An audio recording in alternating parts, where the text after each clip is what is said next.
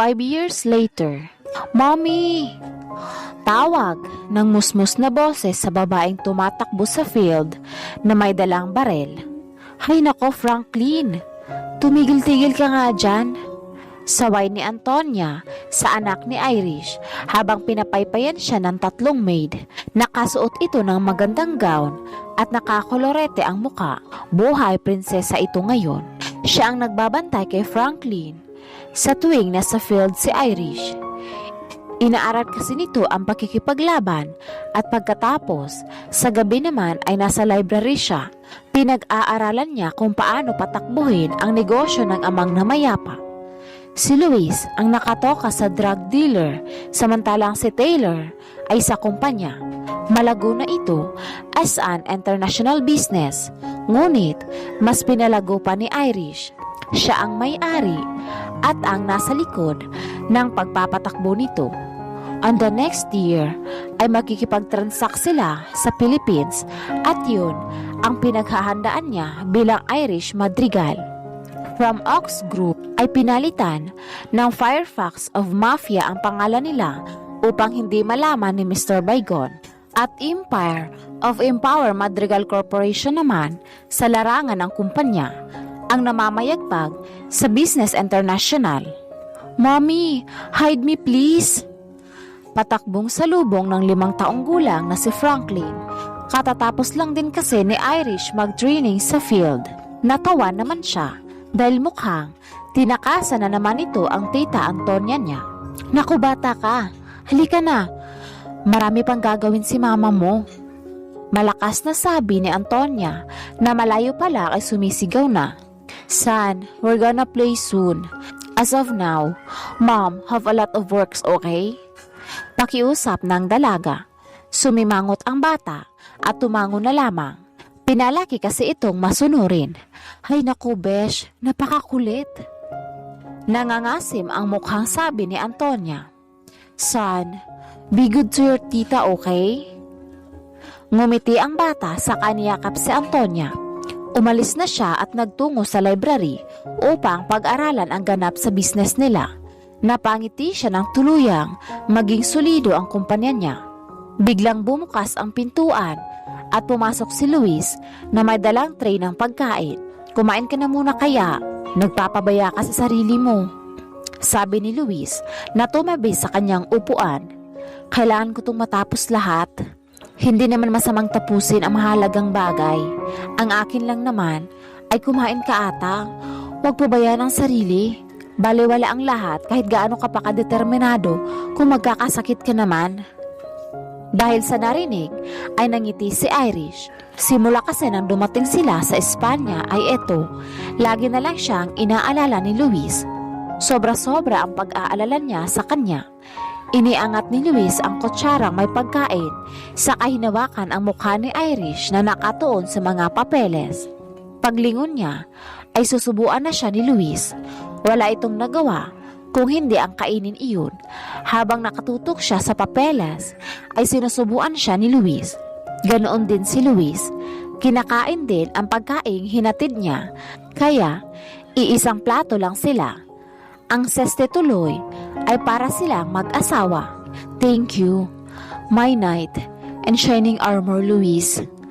Sabi ni Irish sa kadinampian ng halik sa pisngi ang binata. Sa loob ng 5 taon ay hindi nagalaw ng binata ang dalaga. Nirespeto niya ang babae sa kabila ng pagmamahal niya rito. He knows how she feel. Gusto niyang mahalin siya nito ng lubusan, yung hindi pilit. You're welcome, my queen. I'm grateful. You respect me so many years. Of course, 'cause I love you. Yes, I remember the 6th mistake that I've done from Frank. Hinagod ng binata ang likod ni Irish. He feels na mahal pa rin niya ang lalaking iyon kahit ilang beses niyang sabihin na wala siyang pakialam sa ex-boyfriend niya.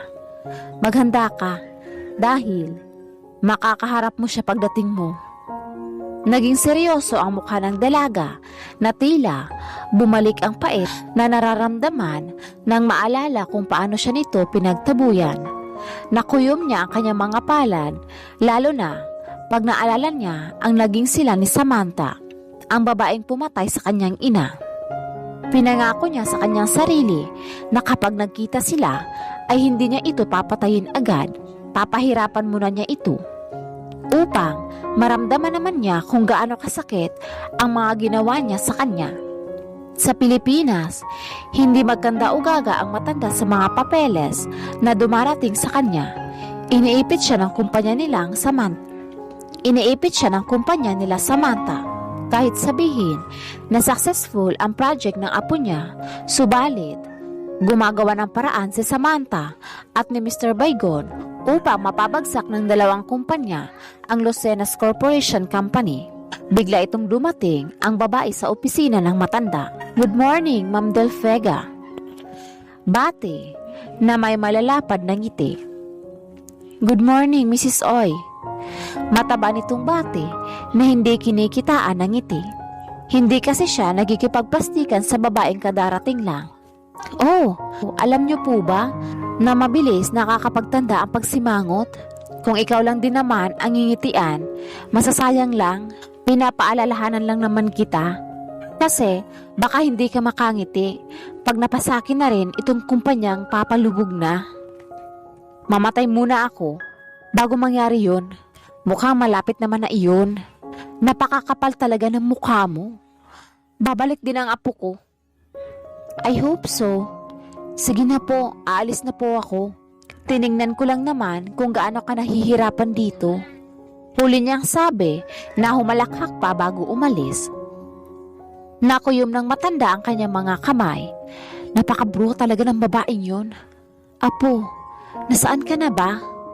Sambit niya na may halong lungkot nang may biglang pumasok ang sekretarya niya. "Ma'am, may memo po kayo." Pagkakita sa papel ay agad niyang binasa iyon.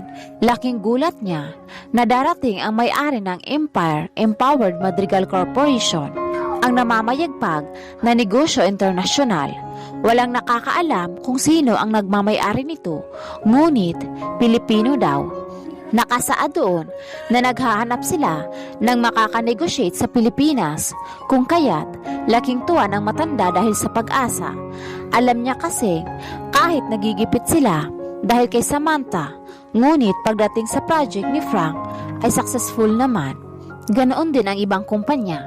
Nakatanggap sila ng memo, samantala si Samantha ay nananabik dahil alam niya sa sarili niya na siya ang kukuning kasosyo ng naturang branch. Malakas ang loob niya dahil hawak niya ang isa pang kumpanya ni Mr. Baygon. Naging kalaguyo niya ito pagtapos mawala si Sandro na hanggang ngayon ay pinaghahanap pa rin. Empire of Empowered Madrigal Corporation? Sa Spain? Seryosong saad ni Mr. Baygon na nooy kinababakasan ng hinala. "Madrigal?" Ani pa nito sa mahinang boses. "Yes, Han, and for sure, aanib siya sa atin. Bukod kasi sa malaki ng ambag ng kumpanya ng asawa ko sa industry ng negosyo Magkasangga pa ang ating negosyo." Masayang tugon ni Samantha habang niyayakap sa likod ang matandang panot.